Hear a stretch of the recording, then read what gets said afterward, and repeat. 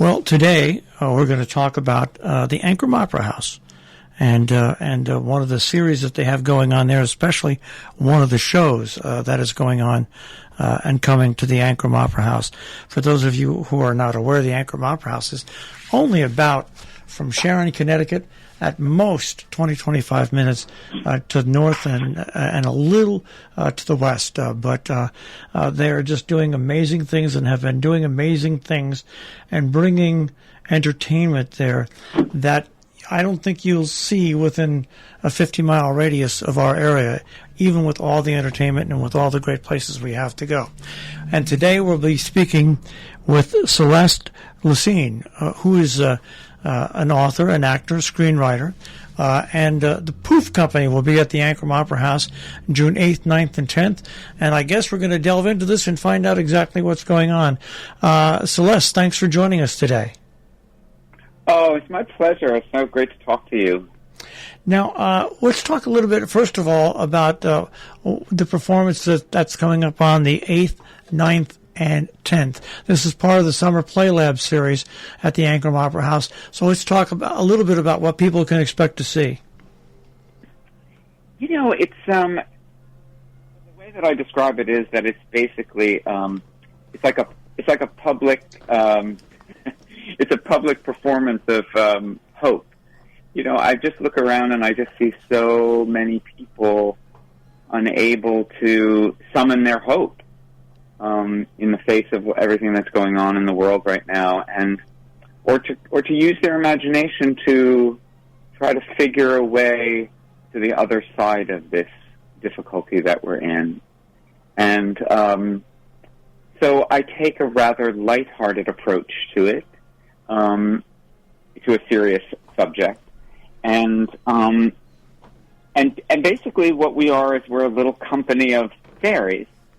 And I use fairies in the sort of storybook and fairy tale sort of genre, but also in the sense that, you know, when I was a kid, I was often called a fairy, which I found very confusing when I was little, because at first I thought it was a compliment. And, you know, because I loved fairies, as any little child does. And then I realized it wasn't so nice, a compliment. They didn't mean it complimentary. And so I started to think about the things that fairies know, you know, both the sort of magical fairies and also the queer fairies, and what we know about survival and what we know about making things better and just making everything more fabulous. And I decided that I would sort of conflate the two of those things and create a little bit of public magic, which I call POOF.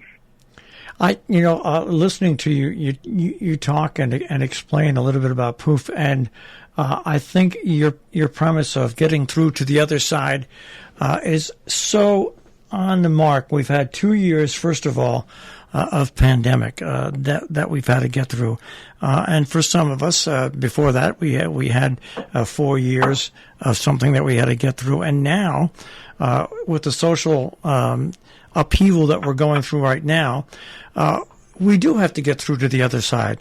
We have to cut through the chase, and we have to be entertained. We have to be informed. We have to be enlightened. I just think that is such a great basis for what you're doing.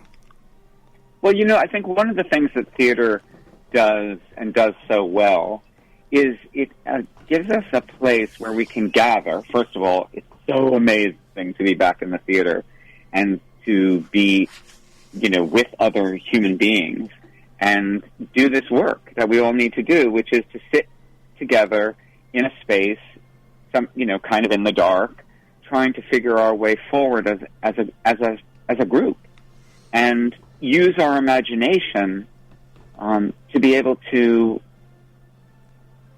just really create the future.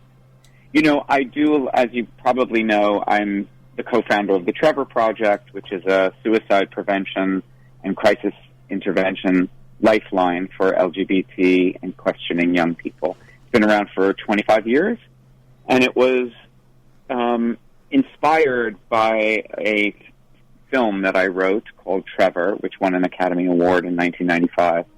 And that was basically me telling my story of surviving as a queer person. And, you know, I saw the value at that time of story, and how a story that, and when I was, you know, when I first performed that story on stage, Trevor, it was only 10 minutes long, and it made and then we made a short film, which was 15 minutes long, and I just look and see what that story has done in the world, and I think, I never could have imagined that. I mean, that was just beyond my comprehension that such a thing could have happened. Have led to so much and saved so many lives. So I really see the power of story, and I see the power of people using their imaginations to be able to change the culture. And we just really need to change I think, the pH balance of the world that we're living in right now, like really quickly. And I don't think that people do it by being scolded or being reprimanded because they're doing it wrong. They just need the opportunity to get together and figure out how to do it together as a group. And so that's what POOF is really about. It's about giving people the opportunity to forge a way forward into the unknown in a way that's actually enjoyable. Now, how long have you been, is this what we're going to see in POOF? Is this a culmination of many years worth of work, or is this something you sat down and you started at one place, let's say with Trevor, and then you moved on from there? Is this a culmination of that, or is this something totally different? Well, you know, I've been doing solo shows since, I think the first one I did was in 1985 off-Broadway, and then I did another one in 95 off-Broadway, and then I did another one in 2015 off-Broadway, and then I travel around the United States, you know, both before and after the New York run. Like, I work on them, and then I figure it out, and then I bring it to New York, and then when it's a success, then I travel around the United States with it. And I've been doing this since, you know, a long time. But this one is really, it's so special to me because it's happening right now, A, but B, because, you know, Paul and Jeff, who run the Ankrum Opera House, called me up last year, and they invited me to write a piece that I would perform outside. And as it turned out, I was already in the process of writing this piece. I didn't realize that what I was doing. I was just writing a piece about nature and about the beauty of the natural world and how we're going to save it, and what can we do inside of ourselves to make the world a better place. And so they gave me the opportunity to actually perform it last summer as part of their plein air plays, which they commissioned people to write a play. They put them on, but in this case, they put them on outdoors, which was thrilling. I performed under a 200-year-old tree, which is the best co-star I've ever had. And then they invited me back this summer as part of their director's lab, or the development lab that they have every summer. And I've added some other people to it. I've added music to it. It just seemed like it wanted other people involved on stage, and also, it, you know, being that it's about fairies, it definitely needed some music. So this is the next step in building a piece that, you know, that I just hope it moves people, and then I hope it moves out into the world. Now, this leads me to the next question, which I was thinking about. As somebody who's performed alone, a solo act, and as someone who was also in that process, been, as you say, a screenwriter, an actor, an author, is there any particular part of your career that you like more than others, or is it basically you are what you are at a particular time of your life. One time you're an author, one time you're a screenwriter. Are they all equally balanced? Well, I think one of the things that it really occurred to me, some time ago, but it was such a revelation because it made sense to me suddenly what I do, which is basically I'm a storyteller. And I tell stories. And I tell those stories with the hope that they will inspire other people to tell their stories. And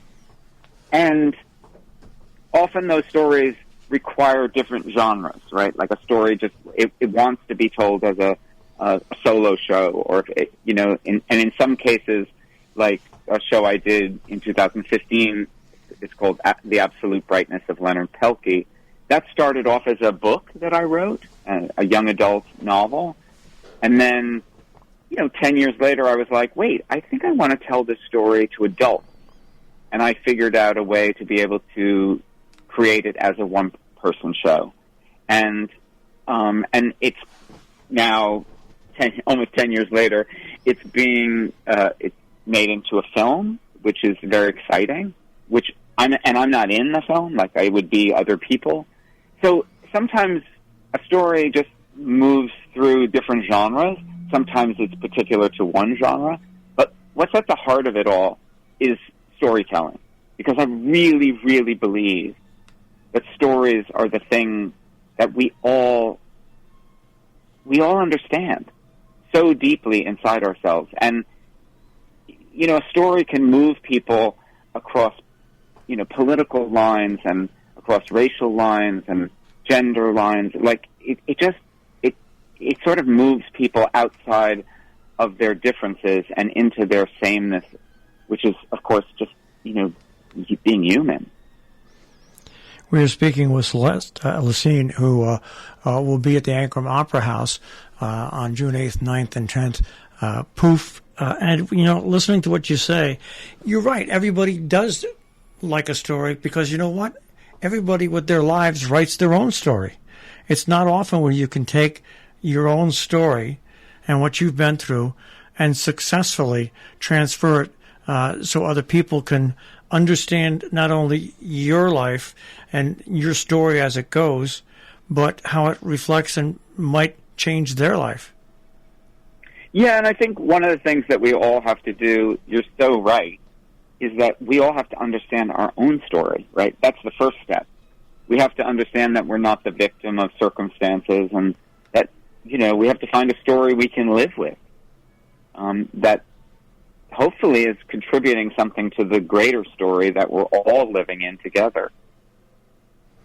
This is one of the great things about the Ankrum Opera House, Celeste, is that what they do is really open up their company in various ways for people to be not only entertained, but also open up boundaries that people wouldn't have even thought of opening up in their mind until they see something like what you're going to do on the 8th, 9th, and 10th.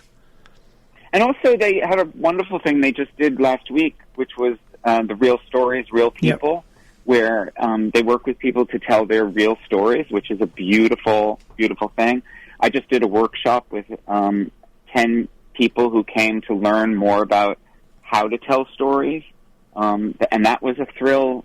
And I just think that, what the Ankrum Opera House does in terms of making space for artists to really explore is such a valuable thing that's needed in the culture for us to be able to find the space, the audience, the support, to be able to tell the stories that can really move people to action, even within themselves or within society. And they are so great at bringing in people who just really have something to say. I'm so grateful to them. Well, once again, POOF, the company, will be at the Ankrum Opera House. And once again, those dates are June 8th, 9th, and 10th. If you want tickets or more information, ankramoperahouse.org/POOF. That's ankramoperahouse.org/POOF.